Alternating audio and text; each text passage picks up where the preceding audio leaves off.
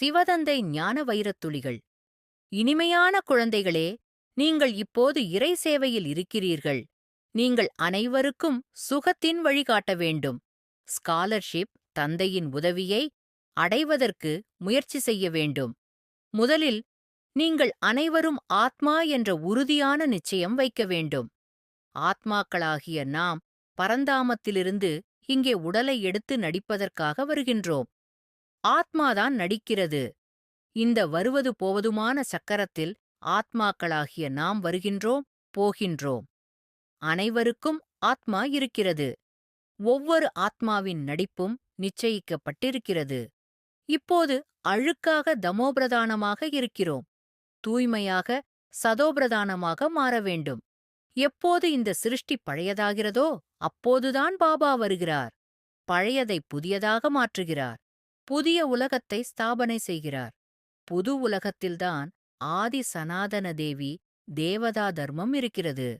அவர்கள்தான் முதலில் கலியுக சூத்திர தர்மத்தினராக இருந்தனர். பாபா உங்களுக்குத்தான் புரிய வைக்கிறார். இந்த 84 பிறவியின் சக்கரம் எப்படி சுழல்கிறது? சத்யுகம், திரேதா, பிறகு சங்கமயுகம் வருகிறது. இந்த சங்கமயுகத்தின் மகிமையைப் போன்று வேறு எந்த யுகத்திற்கும் கிடையாது. குழந்தைகளாகிய நீங்கள் தந்தையின் வாழ்க்கையை அறிகிறீர்கள். அவரிடமிருந்து உங்களுக்கு சொத்து கிடைத்துக் கொண்டிருக்கிறது. எல்லையற்ற தந்தையை நினைக்கிறீர்கள். தாயும் நீயே, தந்தையும் நீயே எனக் கூறுகிறீர்கள். நீங்கள் நேரடியாக வாரிசாகி இருக்கிறீர்கள். அனைவரையும் விட உயர்ந்த நிலையில் இருப்பவர்கள். பாபா உங்களுக்கு கற்பித்தல், கவனித்துக் கொள்ளுதல் மற்றும் அலங்காரம் செய்தல் போன்ற சேவைகளைச் செய்கிறார். நீங்களும் கூட இறை சேவையில் மட்டும் இருக்கிறீர்கள். அனைத்து குழந்தைகளின் சேவைக்காக நான் வந்துள்ளேன் என்று இறைத்தந்தை கூறுகின்றார். சங்கமத்தின் கூடவே புருஷோத்தமர் என்ற வார்த்தையை நிச்சயம் எழுதுங்கள். திரிமூர்த்தி என்ற வார்த்தையும் நிச்சயம் எழுத வேண்டும். நாம் பிராமணர் தெய்வீக குணங்களைக் கடைப்பிடித்து தேவதையாகின்றோம். சக்கரத்தை புரிந்து கொள்வதால் சக்கரவர்த்தி ஆவீர்கள். சொர்க்கத்திற்கு அதிபதியாகி விடுவீர்கள்.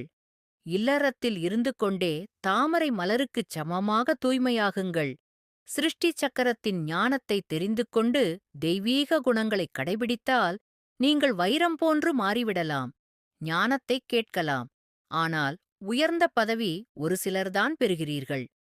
குழந்தைகளே, நீங்கள் எந்த ஒரு தேகத்தை தரித்த குருக்களிடமும் செல்ல வேண்டியதில்லை. நீங்கள் யாரிடமும் எதுவும் கேட்க வேண்டியதில்லை என பாபா கூறுகின்றார். கேட்பதை விட இறப்பதே மேல். உடல், மனம், பொருள் பிரபுவிற்கு முன்பு அர்ப்பணம் செய்ய வேண்டும்.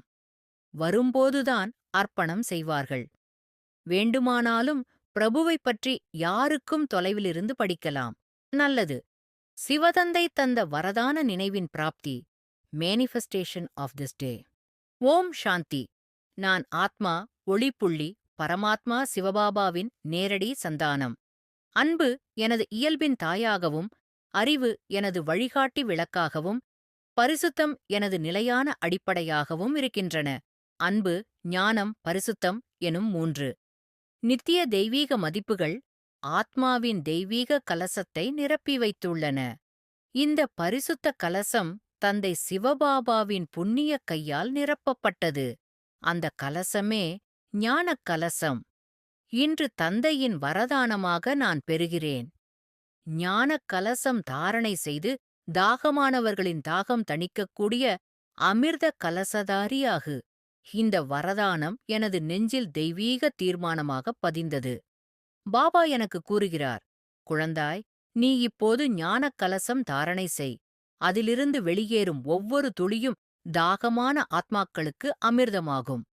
இந்த வரதானத்தின் ஆழத்தை உணரும்போது என் உள்ளம் தெய்வீகப் பொறுப்பின் ஒளியால் மின்னுகிறது. இன்றைய உலகம் ஆன்மீக தாகத்தால் துடிக்கிறது. உண்மையான சாந்திக்காக ஏங்குகிறது. ஒரு துளி சத்திய ஞானம் கிடைத்தால் கூட அவர்களின் தாகம் தணியும். நான் ஞானக் கலசத்தை தாரணை செய்து அதிலிருந்து தெய்வீக அமிர்தத்தை வழங்குகிறேன். ஆத்மாவின் தாகம் பரமாத்மாவின் சந்திப்புக்காகத்தான். அந்த பரமாத்ம சந்திப்பே ஆத்மாவின் நித்திய தாகத்தை தணிக்கும் ஒரே அமிர்தம். எனவே பாபா என்னை அனுப்பியுள்ளார். குழந்தாய், நீதான் இப்போது அமிர்த கலசதாரி. இந்த பொறுப்பு தெய்வீகமானது. நான் என்னுள் அடிக்கடி நினைக்கிறேன், நான் யாரின் கலசம் தாங்குகிறேன்? பாபாவின் குரல் என் உள்ளத்தில் ஒலிக்கிறது, குழந்தாய், இப்போது நீ அமிர்தம் கொடு. நான் அந்த உத்தரவை பின்பற்றி என் எண்ணம், சொல், செயல் மூலமாக உலகத்துக்குச் சேவை செய்கிறேன். பரமாத்மா சிவபாபா எனது வழியாக உலகத்தின் தாகத்தைத் தணிக்கிறார்.